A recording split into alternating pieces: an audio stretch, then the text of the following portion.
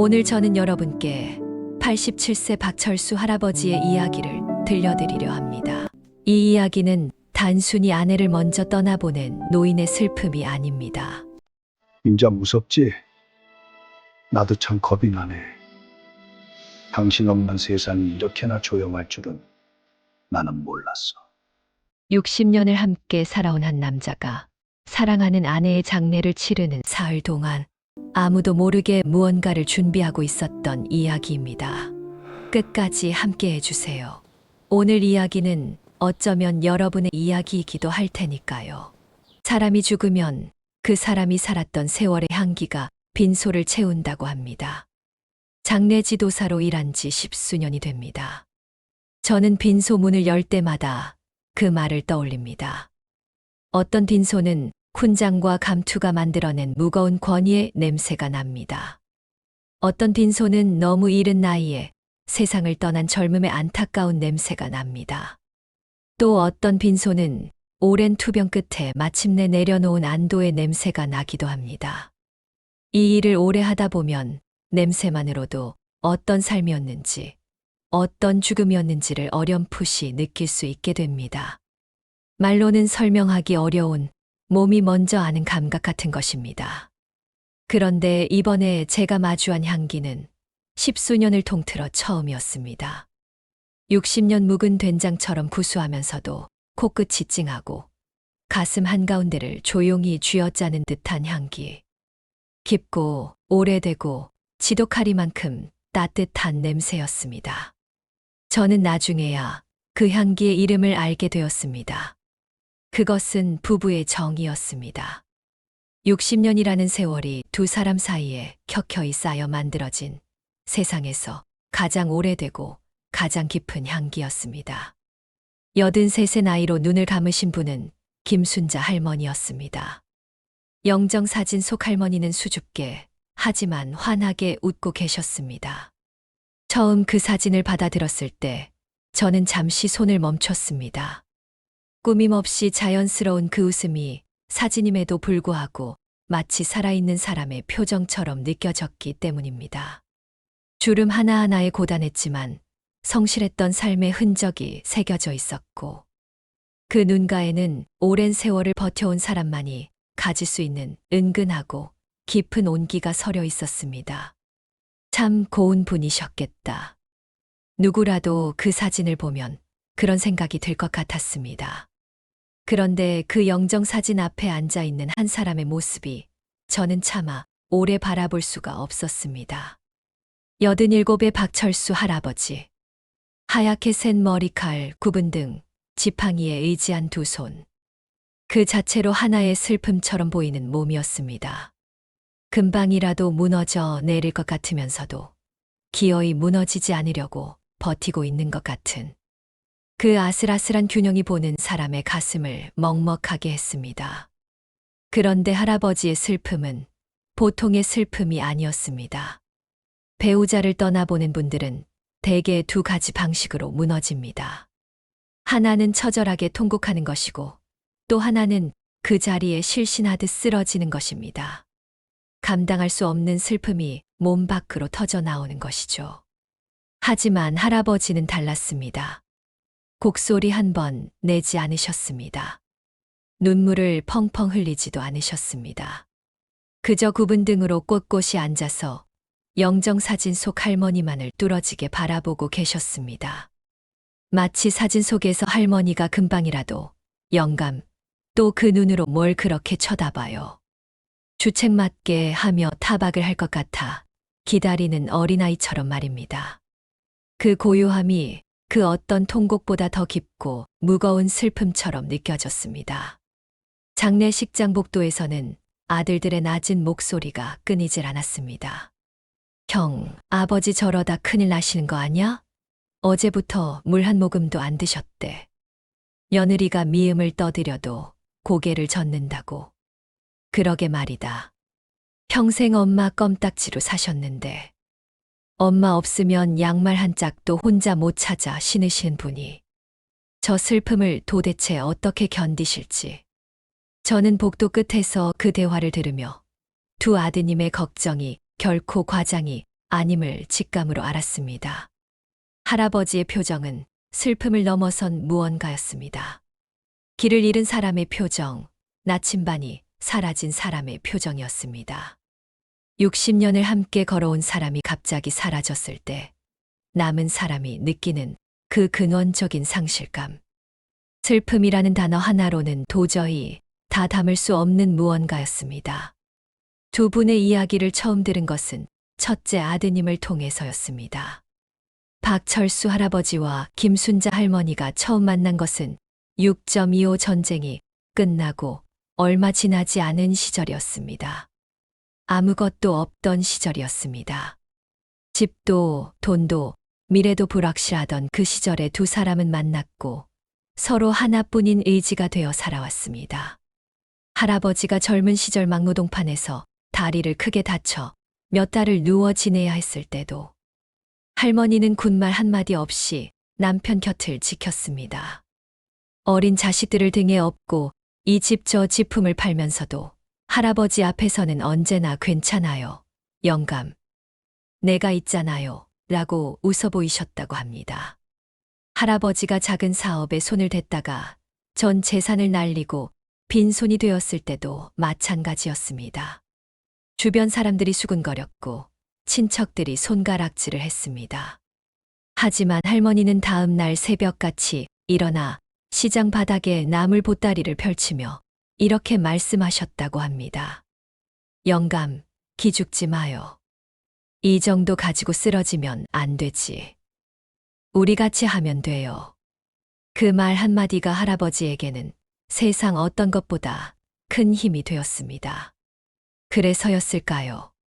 할아버지는 그런 할머니를 금이야 오기야 아꼈습니다. 시장을 함께 가는 날이면 무거운 장바구니는 무조건 할아버지 몫이었고 길가에 예쁜 꽃이라도 피어 있으면 주머니가 빛날에도 꼭 한 송이를 꺾어 할머니 머리맡에 살며시 놓아두던 분이었습니다. 할머니가 나물 팔러 간 장마당에 비라도 내리는 날이면 할아버지는 절로 기는 다리를 이끌고 기어이 우산을 들고 나타나셨습니다. 동네 사람들은 그 모습을 보며 저 양반은 마누라를 왕비 모시듯 한다고 했습니다. 그 소문은 세월이 지나도 바래지 않았습니다. 80이 넘어서도 두 분은 늘 손을 잡고 동네 산책을 하셨습니다. 오른손이 불편해진 할머니의 왼손을 할아버지가 두 손으로 감싸 쥐고 걷는 모습이었습니다. 그 모습을 보는 동네 사람들은 허허, 저 노인네들. 닭살 돋게 시리하며 웃었지만 속으로는 다들 부러워했습니다. 손이 닿으면 화상을 입을 것처럼 서로를 피하는 부부들이 저 두 노인의 손을 보며 묘하게 부끄러워졌다는 이야기도 들었습니다. 그런 두 분이었습니다. 그런 할머니가 갑작스러운 심장질환으로 쓰러져 병원에 실려간 지 며칠 만에 세상을 떠나셨습니다. 아침에 멀쩡하게 영감, 오늘 아침은 뭐 드실래요? 하고 물으시던 분이 저녁에 구급차에 실려 가셨고 그것이 두 분의 마지막 아침이 되었습니다. 할아버지의 세상은 그야말로 송두리째 무너진 것이나 다름없었습니다. 빈소에 찾아온 동네 어르신들도 저마다 한마디씩 보탰습니다. 철수 형님, 순자 저 사람 없으면 하루도 못 버틸 텐데.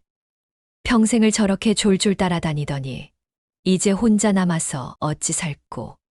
그러게나 말이야. 순자가 없으면 철수 형님은 길 잃은 어린애나 다름없는데 아마 순자도 눈이 안 감겼을 거야. 저 영감님 혼자 두고 가려니 발걸음이 안 떨어졌겠지. 할아버지는 조문객들이 건네는 위로주 한 잔도 받지 않으셨습니다. 손을 잡으며 많이 힘드시죠라고 위로하는 분들에게 와주셔서 고맙네라고 짧게 답하시고는 다시 영정 앞으로 돌아가 앉으셨습니다. 그리고 가끔씩 할머니의 유품인 낡은 손수건을 꺼내 얼굴을 천천히 문지르셨습니다. 그 손수건은 할머니가 수십 년을 쓰던 것이었습니다. 빨고 또 빨아 천이 얇아지고 가장자리가 닳았지만 할머니는 그 손수건을 버리지 않으셨습니다. 그리고 이제 그 손수건은 할아버지의 손에 들려 있었습니다. 할머니의 채취가 아직 남아있기를 바라는 마음으로 얼굴에 대고 계신 걸까요? 저는 차마 그 모습을 오래 바라볼 수가 없었습니다. 첫째 날 밤이 깊어지고 조문객들이 썰물처럼 빠져나간 새벽 3시였습니다. 장례식장의 긴 복도에는 형광등만이 차갑게 켜져 있었고 빈소하는 향연기와 국화꽃 냄새만이 조용히 떠돌았습니다. 저는 마지막 점검을 위해 빈소를 지나다가 발걸음을 멈췄습니다. 할아버지가 혼자 계셨습니다. 지팡이를 짚고 힘겹게 몸을 일으켜 영정사진 앞에 흐트러진 국화꽃을 하나하나 가지런히 정리하고 계셨습니다. 아무도 시키지 않은 일이었습니다. 늦은 밤 조문객들이 다녀가며 조금 흐트러진 꽃들을 떨리는 손가락으로 아주 조심스럽게 매만지고 계셨습니다. 꽃 정리를 마치신 할아버지는 그 자리에 서서 한동안 영정사진을 바라보셨습니다. 그러다 아주 낮은 목소리로 혼잣말처럼 중얼거리셨습니다. 임자, 무섭지? 나도 참 겁이 나네. 당신 없는 세상이 이렇게나 조용할 줄은 나는 몰랐어. 그 말이 새벽 빈소의 정적 속으로 스며드는 것을 들으며 저는 가슴이 내려앉는 것 같았습니다. 그것은 따라가겠다는 선언이 아니었습니다. 남겨진 사람만이 느낄 수 있는 지독하도록 솔직한 고백이었습니다.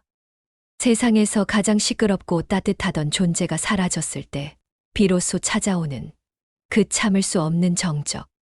할아버지는 그 정적 앞에서 처음으로 자신이 얼마나 할머니에 기대어 살아왔는지를 온몸으로 느끼고 계신 것이었습니다. 자식들이 뒤늦게 눈치채고 달려와 아버지를 부축해 눕혔습니다. 아버지, 제발 좀 주무세요. 그래야 내일 어머니 입관식 때도 기운을 차리실 수 있지 않겠어요. 지금 이러시면 저희가 더 걱정됩니다. 할아버지는 자식들의 성화에 못 이겨 눈을 감으셨습니다. 하지만 잠을 이루지 못하시는 것 같았습니다. 뒤척이지도 크게 한숨을 쉬지도 않으셨습니다. 그저 할머니가 평소에 걸쳐 입던 낡은 가을 겉옷 하나를 꼭 품에 안은 채로 그렇게 눈을 감고 계셨습니다. 그 모습이 어찌나 쓸쓸해 보이던지. 장례식장의 첫날 밤은 그렇게 흘러갔습니다. 우리는 그저 아내를 너무나 사랑했던 노신사의 지독한 슬픔을 보았다고 생각했습니다. 할아버지가 앞으로 얼마나 긴 외로움을 견뎌야 할지를 걱정했습니다. 아무도 몰랐습니다. 할아버지의 그 고요한 슬픔 뒤에 이미 단단한 결심 하나가 자리 잡고 있었다는 것을. 둘째 날 아침이 밝았습니다. 장례식장에는 아침만의 냄새가 있습니다. 밤새 피워둔 향의 잔향과 새벽 공기가 뒤섞이며 만들어지는 서늘하면서도 묘하게 경건한 냄새입니다. 저는 그 냄새를 맡을 때마다 마음을 다잡습니다. 오늘도 누군가의 마지막을 정성껏 모셔야 한다고. 이날은 장례 절차 중에서도 가장 경건하고 가장 시린 시간이 기다리고 있었습니다. 입관입니다. 입관이란 차가운 안치실에서 모셔온 고인을 따뜻한 곳으로 옮기고 가족들과 마지막 인사를 나누기 전에 장례 지도사들이 먼저 고인의 몸을 정결히 씻기고 수의를 입혀드리는 과정입니다. 저희는 이 과정을 단순한 처리가 아닌 하나의 의례로 여깁니다. 살아생전 가장 고운 모습으로 가장 편안한 자세로 마지막 길을 떠나실 수 있도록 정성을 다하는 시간입니다. 저희 지도사들이 입관실에서 할머니를 맞이할 준비를 하고 있을 때였습니다. 수의를 곱게 펼쳐두고 따뜻한 물을 받아두고 국화꽃을 다듬으며 분주히 움직이던 그때 똑똑 조용하지만 단호한 노크 소리가 들렸습니다. 입관실 문을 살짝 열었을 때 저는 순간 말을 잃었습니다. 백발이 성성한 할아버지가 혼자 서 계셨습니다. 자식들은 밖에서 아침 일찍 찾아온 조문객들을 맞이하느라 바빴습니다. 할아버지가 잠깐 화장실이라도 다녀오시는 줄 알았겠지요. 아무도 눈치채지 못했습니다. 할아버지가 혼자 이 문 앞에 서 계신다는 것을. 할아버지는 지팡이를 짚은 채 저를 바라보셨습니다. 어제 빈소에서 뵀던 그 공허하고 멍한 눈빛이 아니었습니다. 무언가를 오래전부터 생각해온 사람의 맑고도 고요한 눈빛이었습니다. 흔들림이 없었습니다.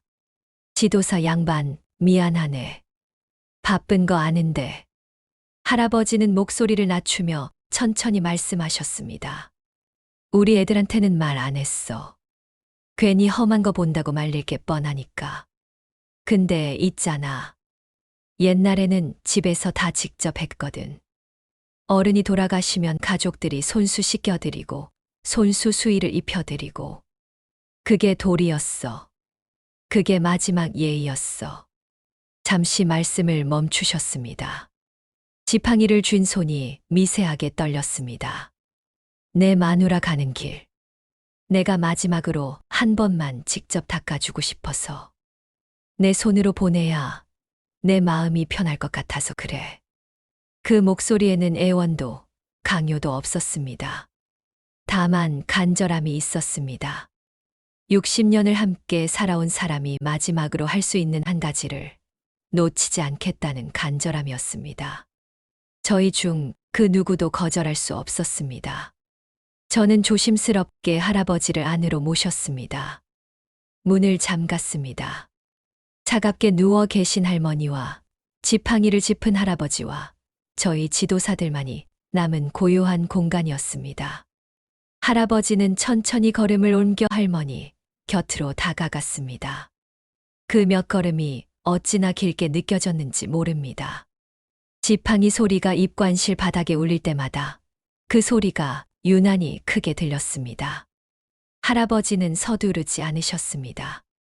마치 이 순간을 오래전부터 마음속으로 준비해온 사람처럼 한 걸음 한 걸음이 차분하고 조심스러웠습니다.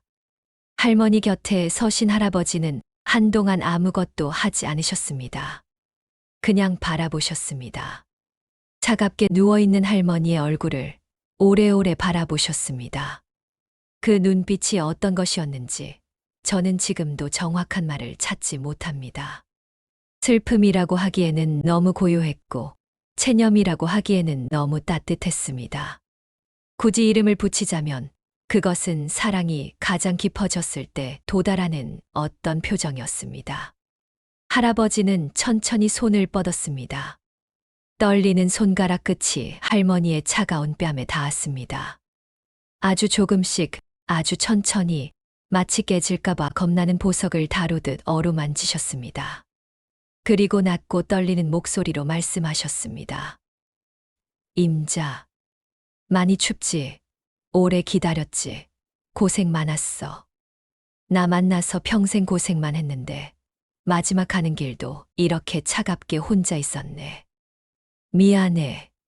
그 미안해라는 두 글자가 입관실 안공기를 흔들었습니다. 저는 숨을 참았습니다. 저희는 할아버지에게 따뜻한 물수건을 건네드렸습니다. 할아버지는 두 손으로 수건을 받아들고 잠시 그것을 바라보셨습니다. 그리고 할머니의 오른손을 조심스럽게 들어 올려 손등부터 천천히 닦기 시작하셨습니다. 손등, 손가락 사이사이, 손목. 그리고 발등, 발가락 마디마디. 오랜 세월 나무를 다듬고 빨래를 하고 시장 바닥에 쪼그려 앉았던 그 손과 발을 할아버지는 아기를 씻기듯 정성껏 천천히 닦아내셨습니다. 저희 지도사들은 할아버지가 휘청이지 않도록 곁에서 조용히 부축하며 이 경건한 수발을 함께했습니다. 할아버지는 닦으면서 말씀하셨습니다. 저희에게 하시는 것인지 할머니에게 하시는 것인지 아니면 그 긴 세월을 함께 살아온 자기 자신에게 하시는 것인지 알 수 없는 혼잣말 같은 말씀이었습니다. 당신 기억나?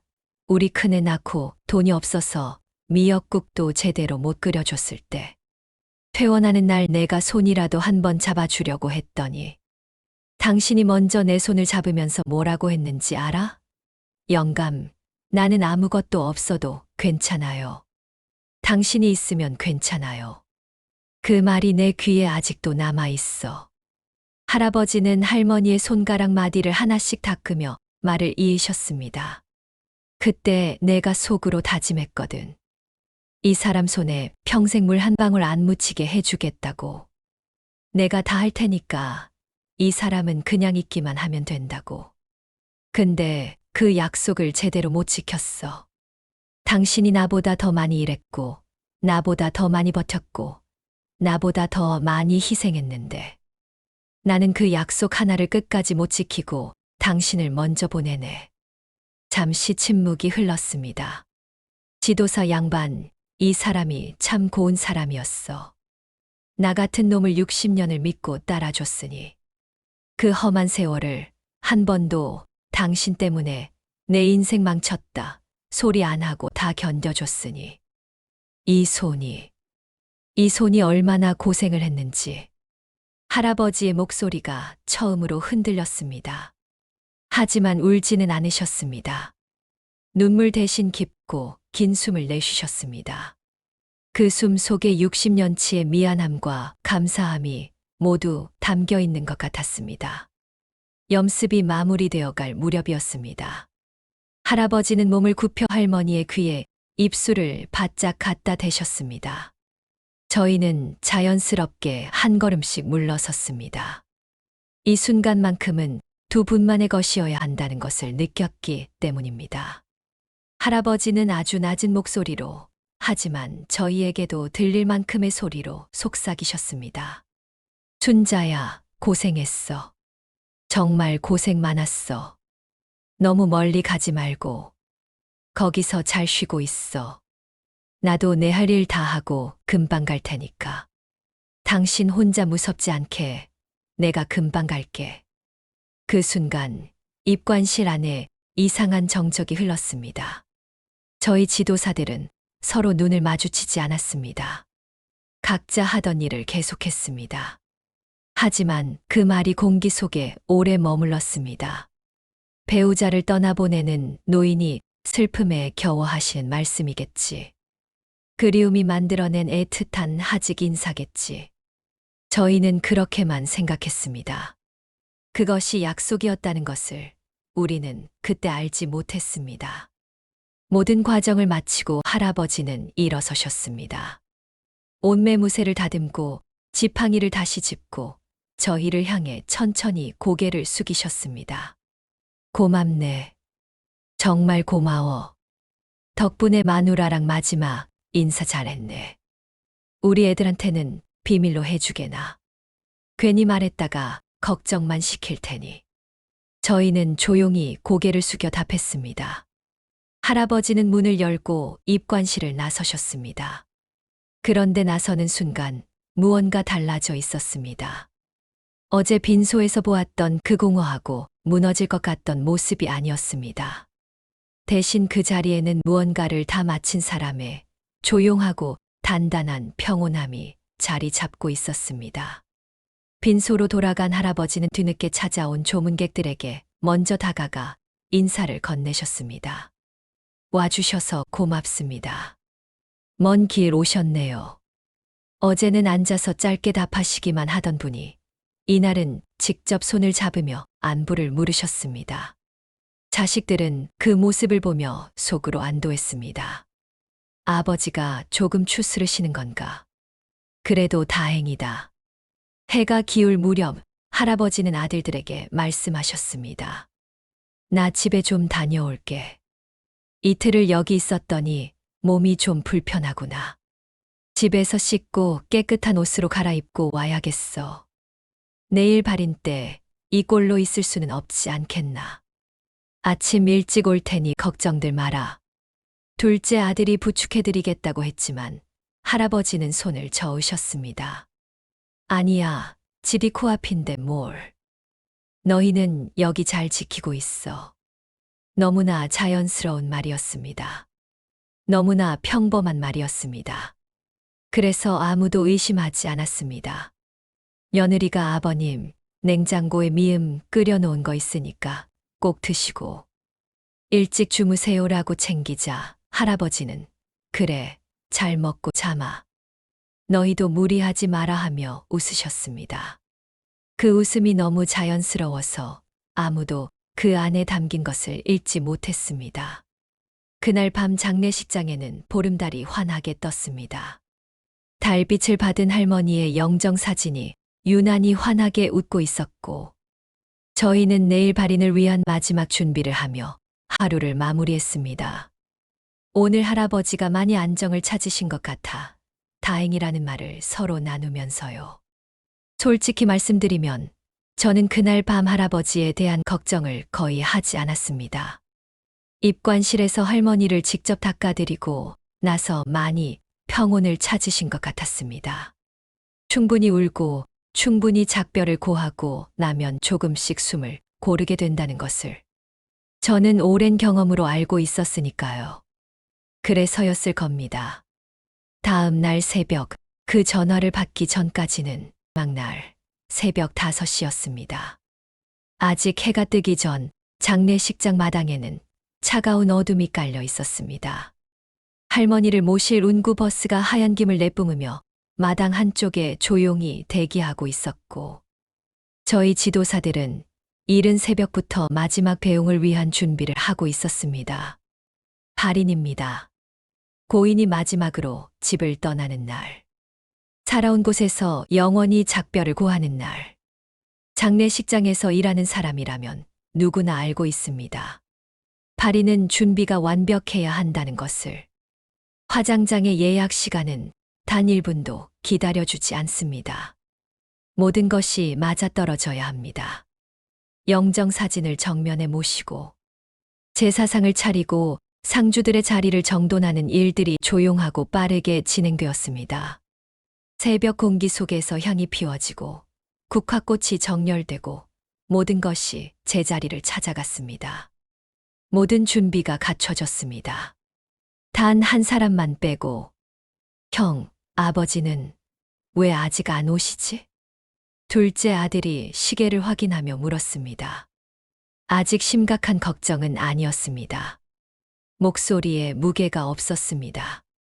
어제 일찍 주무신다고 하셨으니 알람을 못 들으셨거나 몸이 좀 무거우신 거겠지 싶은 정도였습니다. 전화해봐. 집이 코앞이니까 금방 오시겠지. 첫째 아들이 휴대폰을 꺼내 번호를 눌렀습니다. 신호음이 갔습니다. 1번, 2번, 3번. 받지 않으셨습니다. 깊이 주무시나 봐.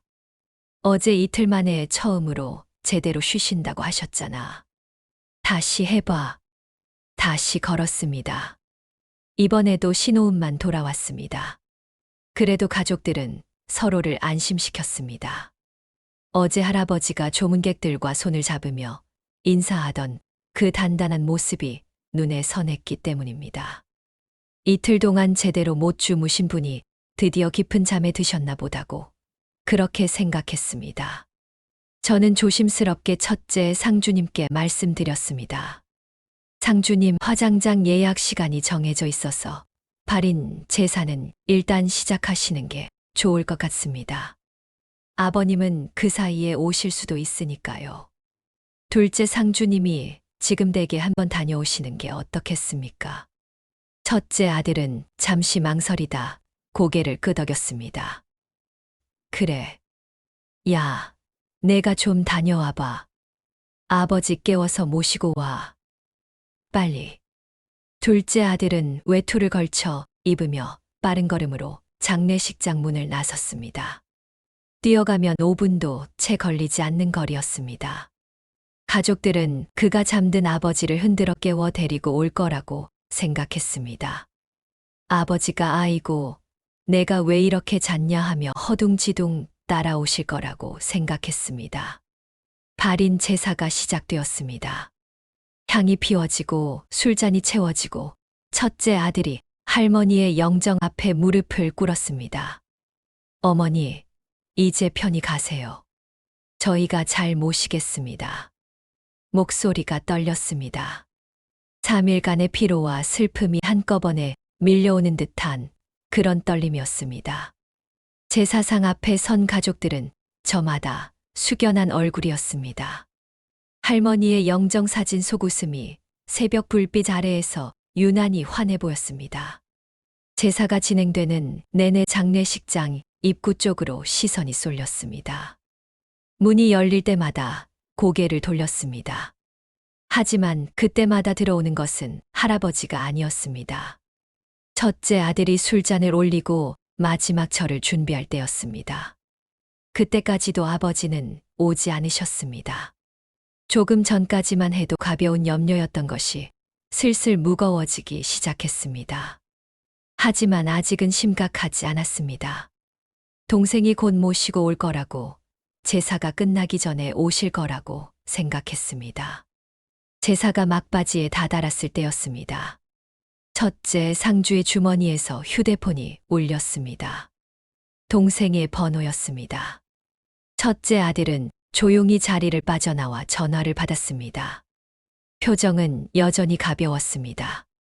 아버지를 깨우는데 시간이 좀 걸렸나 보다 싶었겠지요. 잠결에 아버지가 투덜대고 계시겠거니 싶었겠지요. 그래. 아버지는 일어나셨어. 지금 바로 모시고 와. 웃음기가 섞인 목소리였습니다. 수화기 너머에서 아무 소리도 나지 않았습니다. 1초, 2초, 3초. 아무 말도 없었습니다. 대신 들려온 것은 숨소리였습니다. 무언가에 짓눌려 막혀버린 듯한 사람이 감당하기 어려운 무게에 눌린 숨소리. 그것이 몇 초간 이어지다가 터져 나왔습니다. 형, 아버지가 안 일어나. 형, 어떻게? 아버지가 안 일어나. 그 순간 장례식장의 모든 소음이 일시에 멈췄습니다. 제사상 앞에 서 있던 가족들의 시선이 일제히 첫째 아들에게 쏠렸습니다. 첫째 아들의 얼굴이 순식간에 하얗게 질려가는 것이 보였습니다. 피가 빠져나가는 것처럼 순식간에 종이장처럼 하얗게. 휴대폰을 쥔 손이 경련을 일으키듯 떨렸습니다. 그게 무슨 소리야? 안 일어나다니? 야, 똑바로 말해봐. 목소리가 갈라졌습니다. 제사상 앞에 있던 며느리들이 자리에서 일어났습니다. 무언가 잘못됐다는 것을 온몸이 먼저 알아챈 듯 했습니다. 제사상의 향연기가 흔들렸습니다. 수화기 너머의 목소리가 다시 들려왔습니다. 이번에는 더 낮고, 더 떨리고, 더 믿기지 않는 목소리로. 거실에 누워 계셔. 어제 입으셨던 양복 그대로 입고, 이불 정갈하게 펴고 누워 계시는데, 형, 몸이 차가워. 아버지 몸이 차갑다고. 아버지, 돌아가셨어. 전화기가 바닥으로 떨어졌습니다. 어머니, 누군가 비명을 질렀습니다. 할머니의 영정사진 앞에서 마지막 절을 올리려던 아들들이 그대로 주저앉았습니다. 며느리들이 입을 틀어 막았습니다. 방금 전까지 경건하게 피어오르던 향연기가 흔들리고 제사상 위의 술잔이 기울어졌습니다. 누군가 그것을 잡으려 했지만 손이 떨려 잡지 못했습니다. 장례식장이 울음으로 뒤덮였습니다. 저 역시 그 자리에 굳어버렸습니다. 뒤통수를 세게 얻어맞은 것 같은 충격이었습니다. 장례 지도사로 수많은 죽음을 보아왔지만 이런 순간은 처음이었습니다. 가족들을 부축하려고 몸을 움직이면서도 제 머릿속에서는 빠르게 어제의 장면들이 재생되고 있었습니다. 입관실 문을 두드리던 그 단호한 노크 소리. 내 손으로 보내야 내 마음이 편할 것 같아서. 할머니의 손등을 닦으며 흘리지 않던 눈물. 마지막으로 할머니의 귀에 대고 속삭이던 그 말. 나도 곧 따라갈게. 당신 혼자 무섭지 않게 내가 금방 갈게. 저희는 그 말을 슬픔에 겨운 노인의 그리움이라고만 생각했습니다. 배우자를 떠나보내는 사람이라면 누구나 할 법한 애틋한 하직 인사라고만 여겼습니다. 그런데 아니었습니다. 할아버지는 그 말을 진심으로 하셨던 겁니다. 약속처럼. 나중에 확인된 사실들이 있습니다. 할아버지는 집으로 돌아가 가장 먼저 욕실로 향하셨습니다. 깨끗하게 씻으셨습니다. 그리고 옷장 깊숙이 넣어두었던 짙은 남색 양복을 꺼내 반듯하게 차려입으셨습니다. 아들들 결혼식 때 맞춰 입으셨던 그 양복이었습니다.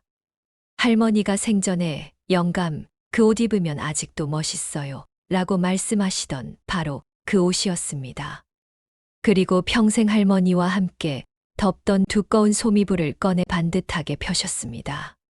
그리고 누우셨습니다. 검한 결과 사이는 심정지였습니다. 아무런 고통의 흔적도 발버둥의 흔적도 없었습니다. 이불 한 올 흐트러지지 않은 채로 그저 깊은 잠에 든 것처럼 평온한 얼굴이었습니다. 할아버지는 스스로 생을 끊으신 것이 아니었습니다. 다만 마음을 놓으셨던 겁니다. 60년을 붙들어온 그 단단한 의지의 끈을, 할머니와의 마지막 작별을 온전히 마친 그 순간 조용히 내려놓으셨던 겁니다. 더 이상 버텨야 할 이유를 찾지 못한 심장이 그냥 멈춰버린 것이었을까요? 아니면 할머니가 있는 곳으로 가는 길을 이미 마음속에 그려두고 그 길로 조용히 걸어가신 것이었을까요? 저는 지금도 그 답을 알지 못합니다. 다만 한 가지는 압니다. 할아버지의 그 평온한 얼굴이 이 세상에서 제가 본 가장 편안한 얼굴이었다는 것을.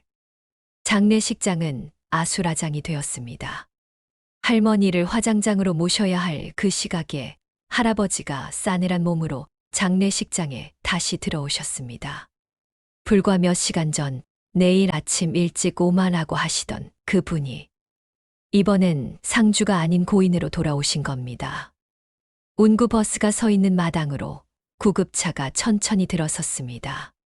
두 차가 마당에 나란히 선 그 풍경을 보며 저는 갑자기 눈물이 났습니다. 장례지도사로 일하면서 빈소에서 운 것은 그때가 처음이었습니다. 언제나 나란히 걸어온 두 분이 마지막 길도 이렇게 나란히 떠나시는구나 싶어서였습니다. 자식들은 할머니의 관을 붙잡고 통곡했습니다. 엄마, 아버지가 진짜 엄마 따라갔어. 어제 그 말이 농담이 아니었나 봐. 엄마 혼자 가는 게 그렇게 걱정됐어. 아이고, 아버지, 진짜 고집불통이야, 진짜. 울음인지 웃음인지 구분되지 않는 그 목소리가 새벽 장례식장을 가득 채웠습니다. 그리고 그 소식을 들은 조문객들과 장례식장 직원들 사이에서 울음과 함께 묘한 탄성이 흘러나왔습니다. 이것은 비극이 겹친 불행이 아니었습니다. 인간의 의지를 넘어선 무언가 사랑이 끝까지 관철된 기적에 가까웠습니다. 저는 떨리는 손으로 할아버지의 안치 접수를 했습니다. 서류에 이름을 적으면서 어제 입관실에서 할아버지가 지었던 그 평온한 미소를 떠올렸습니다. 그 미소가 무엇이었는지 이제야 알 것 같았습니다. 그것은 남겨진 자의 인사가 아니라 함께 떠나는 자의 설렘이었습니다. 지도사로 일하면서 이런 경우를 본 적이 없었습니다. 한 사람의 장례를 치르는 도중에 그 장례의 상주가 고인이 되어 돌아오는 일. 장례업계에 10수년을 몸담았지만 교과서에도 없고 선배들에게도 들어본 적 없는 상황이었습니다. 저는 잠시 눈을 감았다 떴습니다. 흔들리면 안 됐습니다. 해야 할 일이 있었습니다. 할머니의 발인은 화장장 예약 시간이 있었습니다. 기다려주지 않는 시간이었습니다. 할아버지의 안치는 새로 진행해야 했습니다. 두 가지 일이 동시에 같은 공간에서 이루어져야 했습니다. 가족들은 한동안 움직이지 못했습니다. 할머니의 관 앞에서 무너졌다가 들어오는 할아버지를 보며 또 무너졌습니다. 며느리들은 서로를 붙잡고 울었고 아들들은 눈물을 닦을 새도 없이 서로의 얼굴만 바라보았습니다. 무슨 말을 해야 할지, 무엇을 먼저 해야 할지 아무것도 정리되지 않는 얼굴이었습니다. 그때 첫째 아들이 크게 숨을 한 번 들이쉬었습니다. 그리고 눈물을 훔치며 말했습니다. 어머니 먼저 보내드리자. 아버지도 그걸 원하실 거야. 그 한마디에 가족들이 천천히 자리를 정돈했습니다. 흐트러진 옷매무새를 다듬고 눈물을 닦고 다시 할머니의 영정 앞에 섰습니다. 슬픔을 잠시 접어두고 해야 할 일을 하는 것. 그것이 이 가족이 할 수 있는 가장 단단한 효도였습니다. 할머니의 운구가 시작되었습니다. 운구차가 장례식장 마당을 천천히 빠져나가는 동안 저는 할아버지의 빈소를 새로 꾸리기 시작했습니다. 꽃을 다시 정렬하고 향을 새로 피우고 명패를 교체했습니다. 원래 할머니의 이름이 적혀 있던 자리에 이제는 할아버지의 이름이 올라갔습니다. 같은 자리, 같은 공간, 같은 국화꽃이었습니다.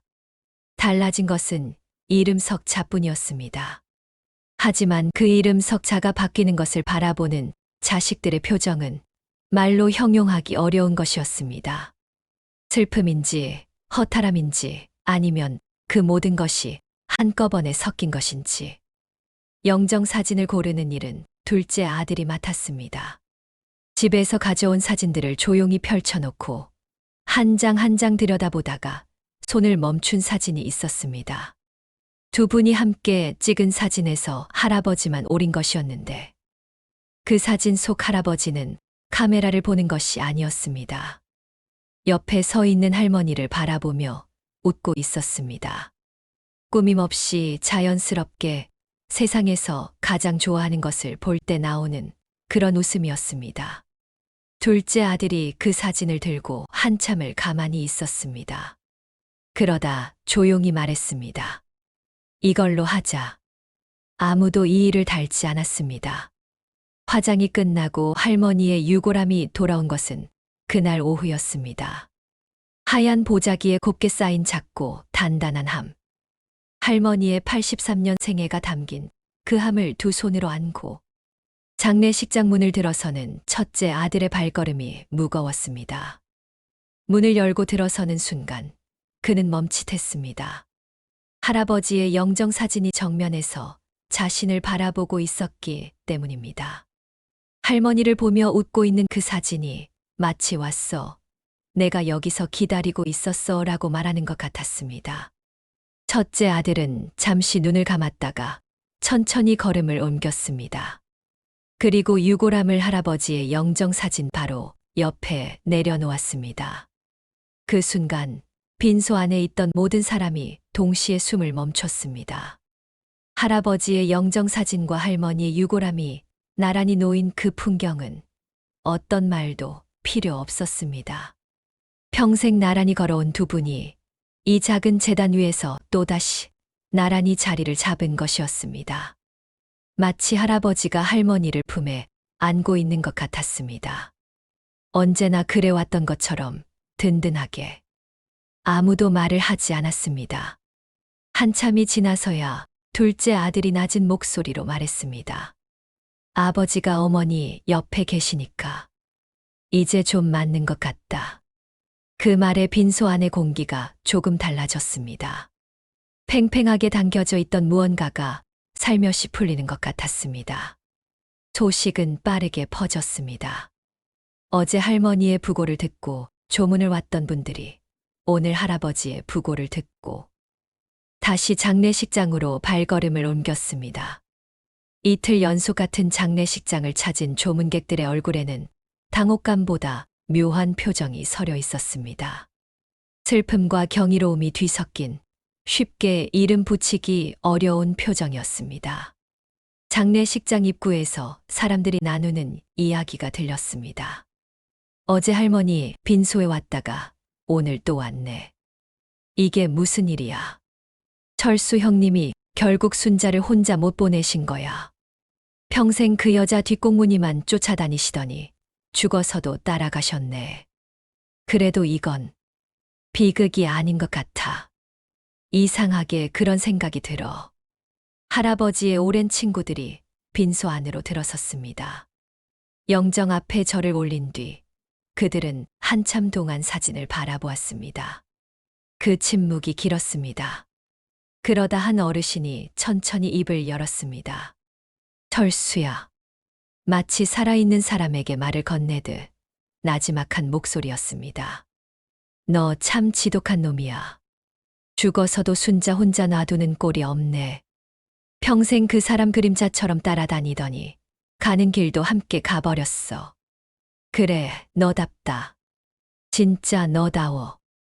말을 마친 어르신은 피식 웃었습니다. 눈가에 눈물이 고인 채로 웃는 얼굴이었습니다. 그 웃음 안에는 오랜 친구의 지독한 사랑을 향한 경의가 담겨 있었습니다. 못 말리는 놈이라는 타박도 담겨 있었습니다. 그리고 그 모든 것을 뛰어넘는 진심 어린 축복이 담겨 있었습니다. 옆에 있던 또 다른 어르신이 할머니의 유골함을 바라보며 말을 보탰습니다. 순자야, 넌 복 받은 거야. 저 영감탱이가 평생 내 뒤를 졸졸 따라다니더니 저 세상에서도 따라왔잖아. 이제 가는 길도 외롭지 않겠다. 잘 데려가. 그 말에 빈소 안에서 울음 섞인 웃음이 새어 나왔습니다. 장례식장에서 웃음소리가 나는 것이 이상한 일임에도 그 웃음이 전혀 어색하지 않았습니다. 오히려 그 웃음이 이 자리에 꼭 필요한 것처럼 느껴졌습니다. 이 빈소는 보통의 장례식과 분위기가 달랐습니다. 줄초상이 나면 대개 집안이 뒤집힙니다. 불행이 겹쳤다며 쉬쉬하고 통곡 소리가 끊이지 않고 모든 것이 무겁게 가라앉습니다. 연달아 두 분을 잃은 자식들의 슬픔이 얼마나 깊을지는 말하지 않아도 압니다. 하지만 이곳은 달랐습니다. 물론 눈물이 없는 것은 아니었습니다. 절을 올리는 조문객들의 눈가가 붉었고 자식들은 수시로 눈물을 훔쳤습니다. 하지만 그 눈물의 성질이 달랐습니다. 비극 앞에서 흘리는 눈물이 아니었습니다. 아름다운 것을 목격했을 때 자기도 모르게 차오르는 그런 눈물이었습니다. 조문을 마치고 돌아서는 사람들이 나누는 이야기들이 그것을 말해 주었습니다. 나는 저런 남편을 둔 순자 할머니가 부러워요. 평생 저렇게 사랑을 받고 나도 나중에 저렇게 가고 싶다. 우리 영감이랑 같이. 저 두 분이 자식들한테 남긴 게 재산보다 훨씬 큰 거예요. 저런 사랑을 보여주셨으니. 저는 그 말들을 들으며 깨달았습니다. 이 장례식은 단순히 두 사람의 죽음을 추모하는 자리가 아니었습니다. 살아있는 사람들에게 무언가를 남겨주는 자리였습니다. 오늘 이 빈소를 다녀간 사람들은 집으로 돌아가는 길에 옆에 있는 사람의 손을 한 번쯤 더 꼭 잡게 될 것 같았습니다. 밤이 깊어지자 자식들만 남았습니다. 첫째 아들과 둘째 아들은 나란히 앉아 할아버지의 영정과 할머니의 유골함을 오래 바라보았습니다. 술 한 잔씩을 올리고 각자도 한 잔씩 들었습니다. 한동안 아무 말도 없었습니다. 먼저 입을 연 것은 둘째 아들이었습니다. 형, 아버지가 어머니한테 입버릇처럼 하시던 말 기억나? 나중에 갈 때 꼭 나 데려가야 해. 나는 순자 없으면 길도 못 찾아 하시던 거. 알지. 어머니가 그때마다 영감, 주책 없이 그런 소리 마요 하시며 타박하셨잖아. 둘째 아들이 천천히 고개를 끄덕였습니다. 그게 주책이 아니었던 거야. 아버지는 진심이셨던 거지. 처음부터 끝까지. 첫째 아들이 잔을 내려놓으며 말했습니다. 그래. 아버지다우셨어. 평생 어머니 걱정을 입에 달고 사시더니 마지막 걱정도 어머니셨던 거야. 어머니가 거기서 혼자 계실까봐 그게 더 못 견디셨던 거지. 두 형제는 서로를 보며 쓴웃음을 지었습니다. 슬픔도 안도도 그리움도 자랑스러움도 모두 담긴 웃음이었습니다. 아버지, 어머니 만나셨어요. 지금쯤 두 분 손 꼭 잡고 어디 좋은데 산책하고 계시죠. 거기선 어머니 무릎 아픈 것도 아버지 허리 굽은 것도 다 나아서 예전처럼 연애하며 다니세요.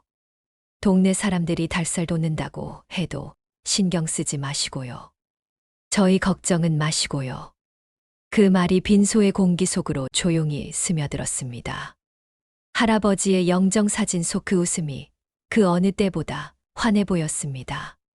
할머니를 바라보며 짓던 그 웃음이 이제는 두 분이 함께 짓고 있을 것 같았습니다. 제단 위로 피어오르는 향 연기가 유난히 곧게 뻗어 올라갔습니다. 흔들리지도 흩어지지도 않고 가늘고 곧게 천장을 향해 올라갔습니다. 마치 두 분의 영혼이 하나로 뭉쳐 함께 올라가는 길을 그리는 것처럼. 저는 그 연기를 한참 바라보다가 조용히 빈소를 나섰습니다. 죽음이라는 차가운 벽도 60년 넘게 쌓아온 부부의 인연 앞에서는 결국 힘을 쓰지 못했습니다. 두 분은 끝내 함께였습니다.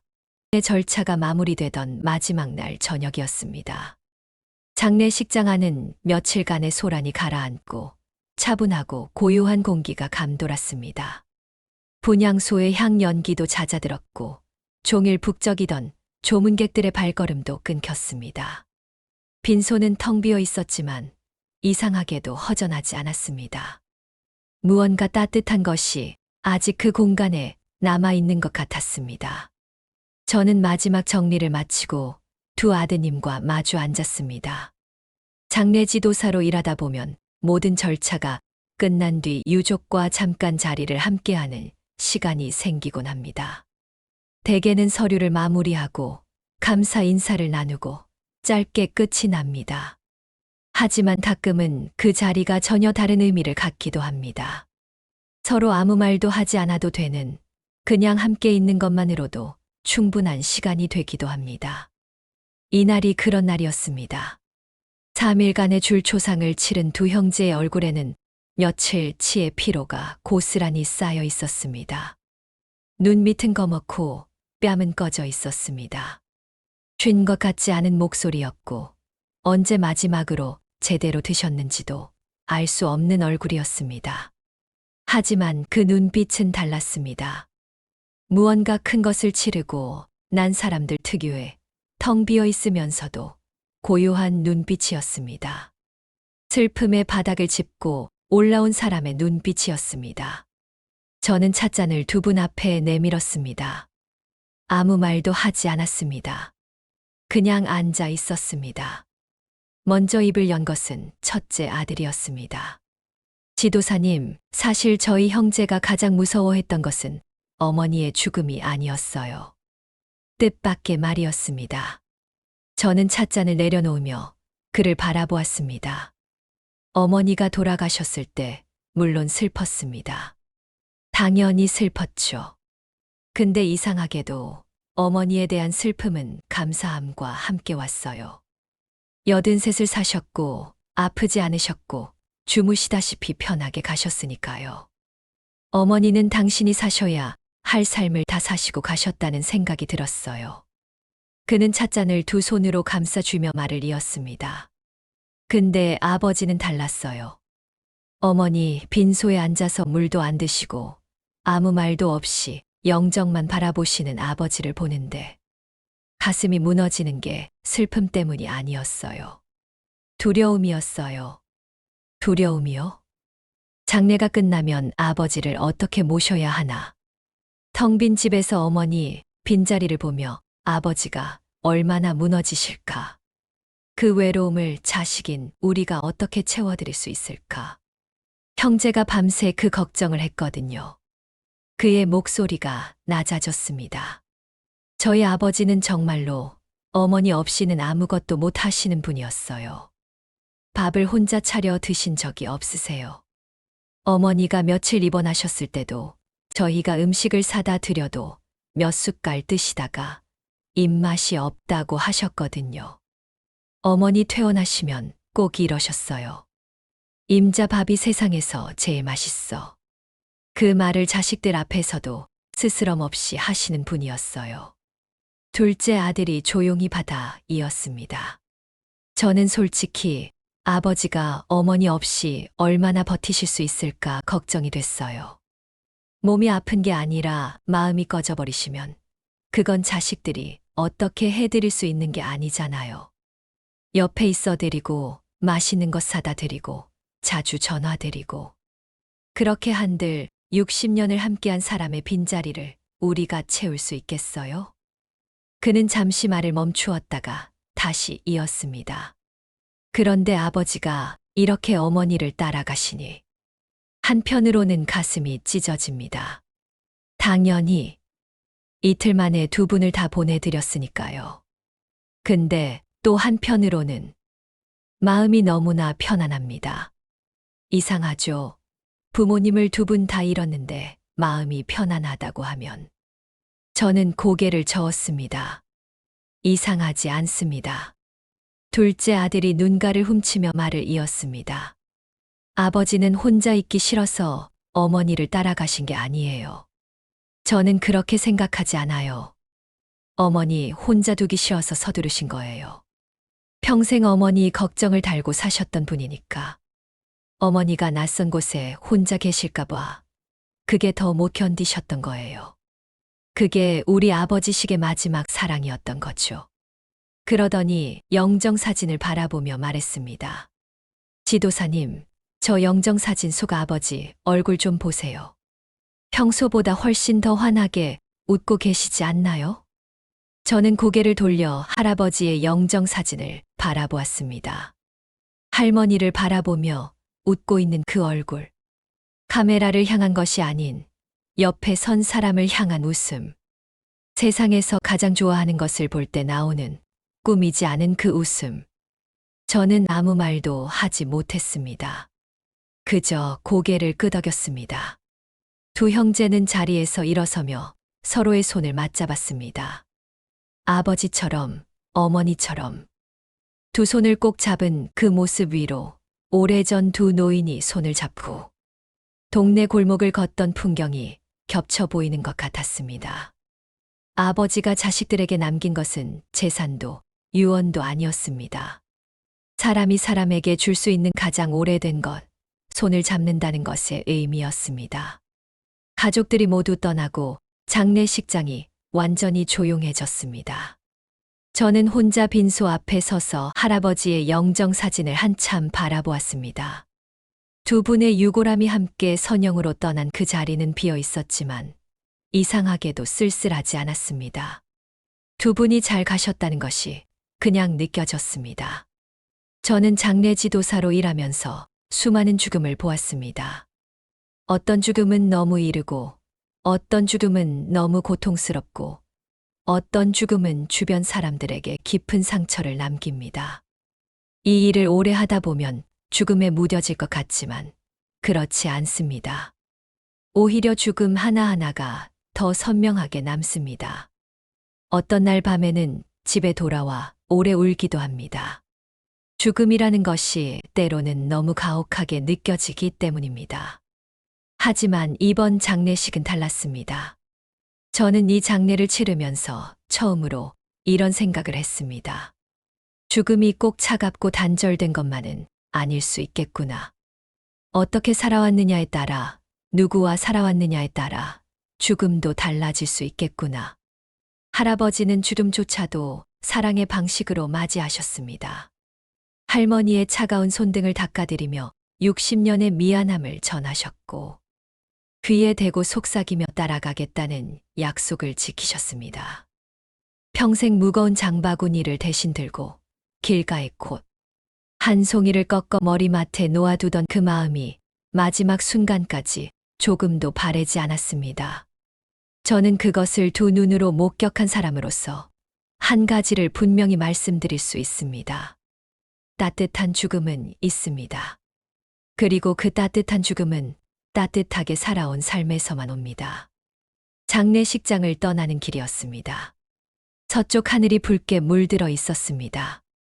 노을이 장례식장 유리창에 반사되어 마치 그 안에서 빛이 나오는 것처럼 보였습니다. 저는 그 빛을 바라보며 걸음을 멈췄습니다. 그 빛이 할아버지가 할머니의 차가운 뺨을 어루만지던 손길처럼 따뜻하게 느껴졌습니다. 저는 오래 서 있었습니다. 그러다 문득 이런 생각이 들었습니다. 나는 지금 누구의 손을 잡고 있는가? 가끔은 지겹고, 가끔은 원망스럽고, 가끔은 말 한마디가 마음에 안 들어 돌아 누워 버리는 그 사람. 아침에 화장실을 너무 오래 쓴다고, 냉장고 문을 또 열어놨다고, 사소한 것에 한마디씩 거드는 그 사람. 우리는 그 사람을 너무 쉽게, 너무 당연하게 여기며 살아갑니다. 할아버지는 그 당연함을 단 하루도 당연하게 여기지 않으셨습니다. 60년 동안 매일 시장 바구니를 대신 들던 그 손이, 빗속에 절룩이며 우산을 들고 나타나던 그 발걸음이, 길가에 꽃 한 송이를 꺾어 머리맡에 놓아두던 그 마음이 60년 동안 단 하루도 식지 않았습니다. 그것이 할아버지가 우리에게 남긴 가장 큰 유산이었습니다. 할아버지, 할머니, 이제 두 분 누구의 눈치도 보지 마시고 그곳에서 영원히 다정하게 산책하세요. 할아버지가 좋아하시던 꽃 한 송이 꺾어 할머니 머리에 꽂아주시면서요. 이번엔 아무도 달살 돋는다고 핀잔 주지 않을 테니 실컷 손잡고 다니세요. 허리도 무릎도 다 나으셨을 테니 예전처럼 씩씩하게 걸으세요. 두 분이 이곳에 남겨주신 따뜻한 온기는 오랫동안 식지 않을 것입니다. 오늘 이 이야기를 들은 사람들의 가슴 속에서 아주 오랫동안 살아있을 것입니다. 저도 언젠가는 누군가에게 저런 따뜻한 이별을 선물할 수 있는 사람이 되고 싶습니다. 그리고 제 마지막 길에도 누군가 기쁘게 손을 흔들어 줄 수 있는 삶을 살고 싶습니다.